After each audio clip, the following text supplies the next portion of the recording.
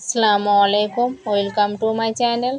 আজকে আমি কর্নফ্লাওয়ার করব। কর্নফ্লাওয়ার যে আমরা দোকানে কিনে নেই, সেটা তো অনেক দাম।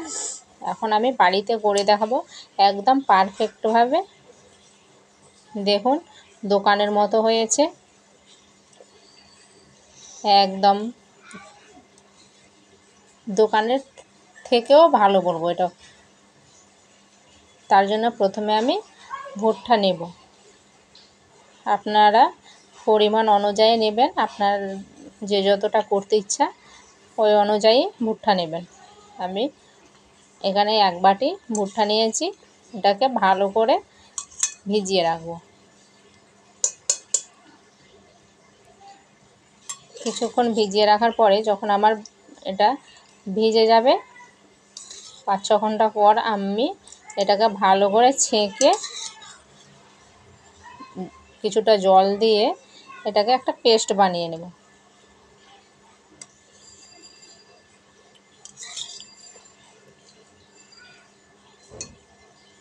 আমার পেস্টটা হয়ে গেছে। এইভাবে পেস্টটা করবেন। তারপরে একটা ছাকনার সাহায্যে আমি ছেঁকে নেব এটাকে।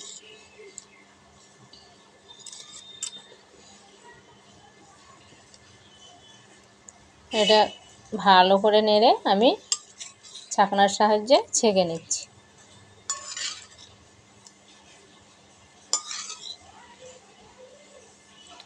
আবার আমি কিছুটা জল দিয়ে ছাকনাতে আবার ভালো করে নেড়ে ছেঁকে নিচ্ছি।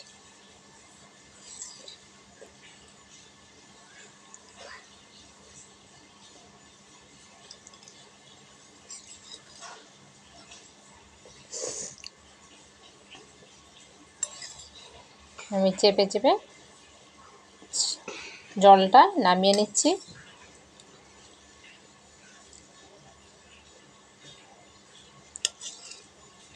এবার আমার যে ওপরের জলটা হবে সেটাকে নিয়ে নেব। আবার আমি এর উপরে একটা ছাকনার উপরে সুতির পাতলা কাপড় দিয়ে এটাকে ভালো করে জলটা ছেঁকে নেব। সুতির কাপড়ে ভালো করে জলটাকে ছেঁকে নেব। আবার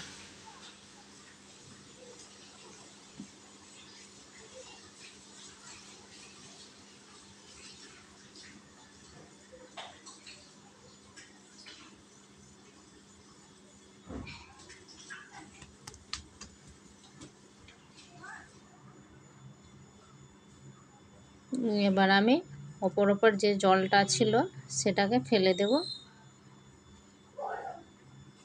আর নিচের যে গাঢ় জলটা আছে সেটাকে একটা প্লেটে নিয়ে 1 দিন বা 2 দিন রোদ্রে শুকাতে হবে। যখন দেখবেন এটা ভালো হয়ে শুকিয়ে গেছে, তখন এটাকে তুলে নিতে হবে প্লেট থেকে।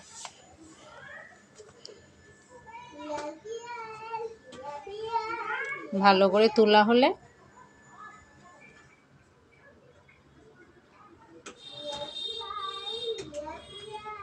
দেখুন আমার শুকিয়ে গেছে, তার জন্য এটা নিজে থেকে খুলে যাবে। হাত দিয়ে চাপ দিলেই এটা খুলে বেরিয়ে আসবে।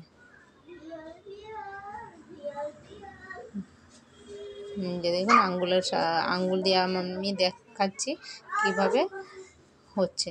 এবারে আমি সবটাকে মিক্সচার গ্রাউন্ডে দিয়ে ভালো করে পাউডার বানিয়ে নেব। দেখুন আমার হয়ে গেছে।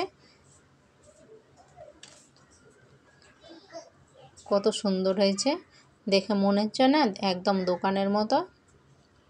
এইভাবে আপনারা অল্প খরচেই একদম হোমমেড কর্নফ্লাওয়ার করতে পারবেন, কোনো ঝামেলা ছাড়াই। কত সুন্দর হয়েছে। আসসালামু আলাইকুম।